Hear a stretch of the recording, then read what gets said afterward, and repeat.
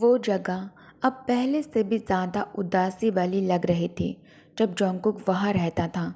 Jungkook के चेहरे की एक झलक तैयांग को बहुत सुकून देता था।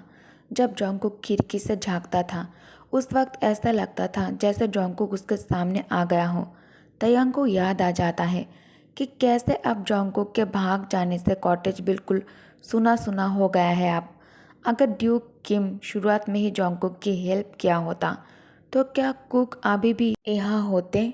क्या वो उसका हाथ खुद से पकड़ता और सबके सामने ये दिखाता कि वो सिर्फ ड्यूक किम की है? वो दोनों इस फॉरेस्ट में कई बार घूम चुके थे, नदी के किनारे एक दूसरे के साथ चल चुके थे। दिन के टाइम में भी वो एक दूसरे के साथ यहाँ आकर खड़ा होता था। जोंगकुक तैयांग के सामने खिलखिलाकर हंसता था। तैयांग के दिल को पागल कर देता था जोंगकुक के हंसी। जोंगकुक तैयांग के मजाक में भी शामिल होता था और ड्यूक किम तैयांग भी कुकी को हर वो चीज़ देता था जिसे पाने के लिए लोग तरसते हैं।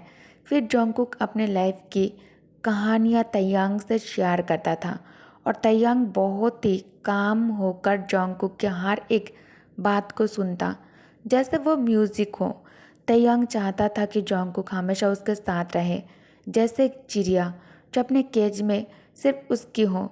अचानक हवा तेज़ हो गई, पत्तों की खरखराहट और ज़्यादा तेज़ हो जाती है।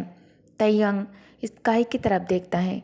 तैयांग आंखें बंद कर लेता है और सूरज की गर्मी को महसूस करता है। रोशनी इतनी ब्राइट थी कि तैयांग इसे बर्दाश्त नहीं कर पा रहा था। फिर भी तैयांग आगे बढ़ता रहा। तैयांग अपने दिल में पछतावा बढ़ाता गया, जैसे एक स्नोबॉल पहाड़ से नीचे गिरती है।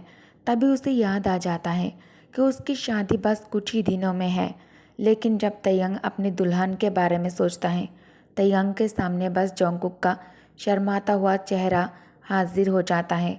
जोंगकुक के गालों पर पिंक रंग, जोंगकुक की आंखें, वो भी तैयांग की तरफ घूरता हुआ। और अब तैयांग सोचता है, काश ये सपना रियलिटी होता और अभी जोंगकुक सच में उसके सामने होता। तैयांग के कदम धीमी हो गए। फिर तैयांग सपना देखता है कि अगले समर वो जोंगकुक के साथ नदी के किनारे होगा और फिर एक छोटी सी लड़की उन दोनों की बेटी बनकर उसे फादर बुलाएगी। उसकी आंखों में भी जोंगकुक के जैसे ही चमक होगा। तैंग बेबी को अपने बाहों में उठाएगा और कुकी थोड़ी दूर से ये सब कुछ देखकर मुस्कुराता रहेगा।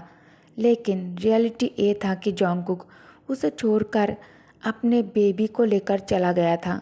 तैयांग की आंखों से आंसू की कुछ बूंदें नीचे गिरता है। तैयांग सोचा कि शायद बारिश हो रही है, पर जब उसने स्काई को देखा तो वो बिल्कुल क्लियर था।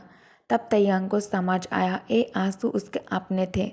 उसने अपने गाल को छुआ और अपनी उंगलियों पर गीलापन देखा। तैयांग मन ही मन सोचता है कि अब ऐसी उम्मीद बेकार है। आंसू और सपने दोनों वक्त के साथ खत्म हो जाते हैं। सूरज की रोशनी पैरों के बीच से निकलकर जमीन पर गिर रही थी। तैंग अब धीरे धीरे कॉटेज की तरफ चलने लगता है।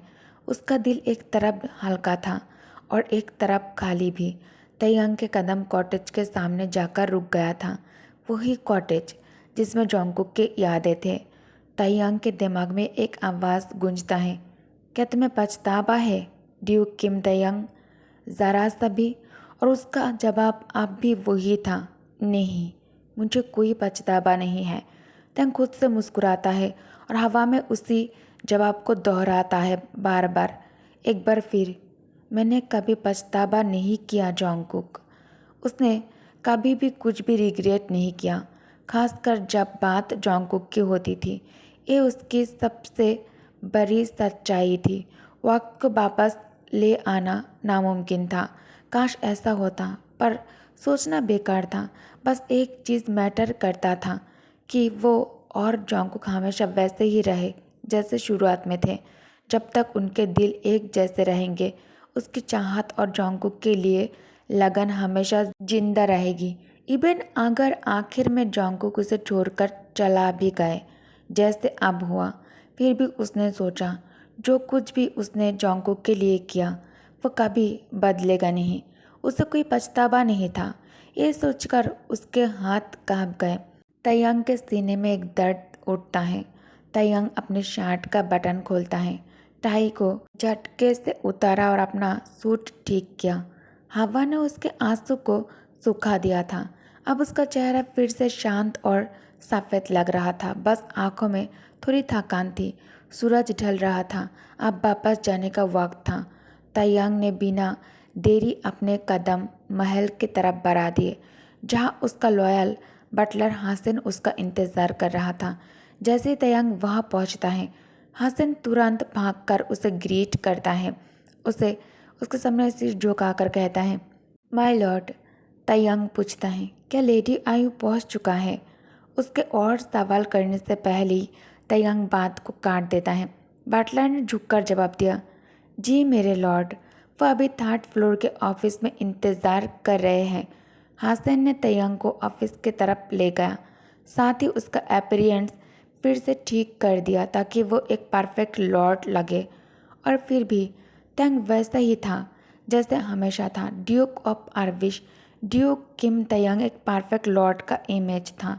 दूसरी तरफ किम जोंगकुक अपने दिमाग में गिनती कर रहा था, 1 2 3 4। जब वो शांत कदमों से चौथी गली में चल रहा था। अभी थोड़ी देर पहले ही वो बेल टावर से आया था और नई जगह होने की वजह से भटक गया था जोंगकुक।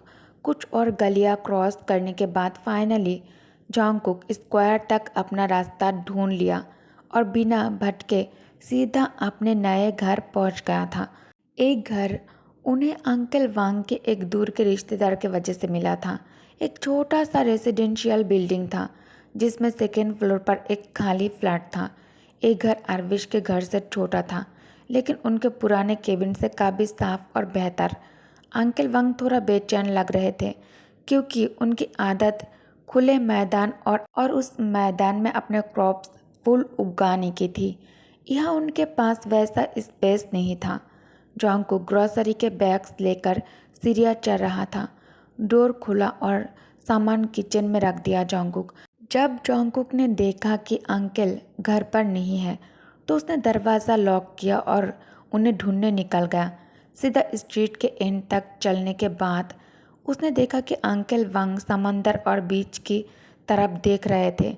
अंकल, जोंगकुक बुलाया। अंकल वांग ने तुरंत पीछे मुड़कर देखा, पसीना पोंछा और मुस्कुराया जब जोंगकुक पास आ जाता है उनके। उन्होंने अभी नई डॉक यार्ड की जॉब शुरू की थी और जोंगकुक को थोड़ा कंसर्न था कि कहीं काम ज़्यादा मुश्किल ना हो। अंकल वांग प्यार से कहता है, बेटा तुम्हें घर पर इंतज़ार करना चाहिए था, यहाँ क्यों आए तुम? जोंगकुक मुस्कुराया और अपनी घड़ी दिखाते हुए कहता है, मैंने सोचा आपका काम ख़त्म हो गया होगा इसलिए लेने आया आपको। मिस्टर वांग हंस दिए और प्यार से उसके बालों को रफल कर दिया। दोनों पहले से ज़्यादा शांत और खुश दिख रहे थे, लगभग वैसे ही जैसे आर्बिश में दोनों होते थे ग्रीन हाउस के तबाह होने से पहले। लेकिन सच तो ये था कि मिस्टर वांग को नई जिंदगी में एडजस्ट कर पाना थोड़ा सा मुश्किल लग रहा था। जिंदगी भर गार्डनिंग करने के बाद डॉक यार्ड का काम उनके लिए कठिन था, पर वो अपनी परेशानी छुपा रहे थे जोंगकुक से। चलते चलते जोंगकुक कहता है, एक्चुअली अंकल मुझे भी एक जॉब मिल गया है। मिस्टर वांग की आंखें गर्व से चमक उठता है। मिस्टर वांग कहता है, वाओ, इतने जल्दी तुम्हें जॉब मिल भी गया, लेकिन तुम जॉब कैसे करोगे इस हालत में? जोंगकुक खुशी से कहता है, मैं कर लूँगा अंकल। याद है म्यूज़ियम में हायरिंग चल रहा था जिसका जिक्र अंकल एलन ने किया था? मैंने इंटरव्यू दिया है वहाँ, और अगर सब कुछ ठीक रहा तो मैं वहाँ काम शुरू करूँगा। मिस्टर वांग मुस्कुरा कर कहता है, बहुत बढ़िया, लेकिन मुझे तुम्हारी फिक्र रहेगा। मुझे पता था तुम जहाँ भी जाओगे अच्छा ही करोगे, लेकिन इस हालत में मैं नहीं चाहता कि तुम कोई भी काम करो। जोंगकुक भी गर्व से चमक उठता है। उसने बताया, मैं काल से शुरू कर रहा हूँ अंकल, आप प्लीज़ मेरे लिए इतना ज़्यादा फिक्र मत करो, मैं ठीक हूँ। ये सुनकर मिस्टर वांग के चेहरे पर थोड़ी चिंता आ जाता है। मिस्टर वांग कहता है, नहीं, मैं नहीं चाहता तुम इस हालत में किसी भी काम करो और कहीं भी जाओ काम के लिए। मैं तुम दोनों की रिस्पॉन्सिबिलिटी लूँगा। तुम मुझ पर भरोसा करते हो ना? एक कुत्ते को कैसे पता चल जाता है? जब भी मैं वॉइस ओवर करने के लिए आती हूँ तब भी भौंकना शुरू कर देते हैं। एक तो ऐसे भी तबीयत ठीक नहीं है, ऊपर से ये लोग। शांत हो जा भाई, शांत हो जा। ओके गाइस, तो इस पार्ट को मैं यही एंड करती हूँ। मुझे नहीं लगता कि ये लोग इतने जल्दी शांत होने वाले हैं। तो फिर मैं आप लोगों के लिए नेक्स्ट एपिसोड लॉन्ग करके अपलोड करूँगी, ठीक है? Thank you for watching, bye bye.